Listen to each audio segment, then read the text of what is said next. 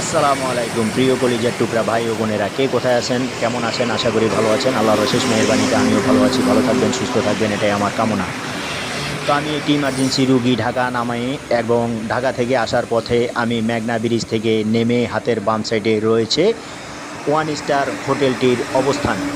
তো যারা কুমিল্লা, নোয়াখালী এবং ফেনী থেকে ঢাকা এয়ারপোর্ট আসা যাওয়া করেন সচরাচর, এয়ারপোর্ট থেকে বের হয়ে ঢাকা থেকে ইন আউট হয়ে যখন আপনি মেঘনা ব্রিজ থেকে নামবেন, নামতেই দেখবেন হাতের বাম সাইডে এই ওয়ান স্টার হোটেলটি, স্টার কাবাব হোটেলটির অবস্থান। তো যারা এই দিদার ভাই, হোটেলটির আসসালামু পিছনে আলাইকুম। রয়েছে আমার বিভিন্ন প্রবাসী ভাইদের অবদান। ওয়ান স্টার হোটেলটি এমনিতেই হয়ে যায়নি। এই ওয়ান স্টার হোটেলটি অনেক কষ্ট কি করে অবস্থা? তিলে বলো। তিলে গড়ে তোলা এটা হচ্ছে হয়েছে।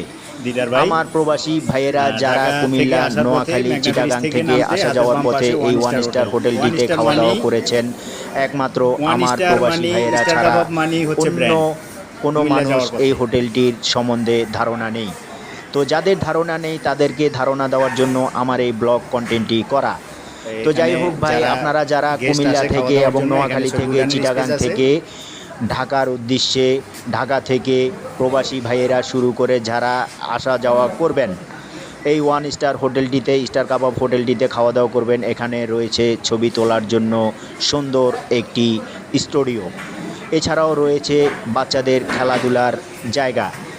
তো যারা আমার প্রবাসী ভাইয়েরা আসা এখানে যাওয়া করেছেন তারা ছেলেপেলে হয়তো খেলার জানেন, ভিতরে জায়গা কেচিং আছে। রুম থেকে শুরু করে একবারে ডেকোরেশন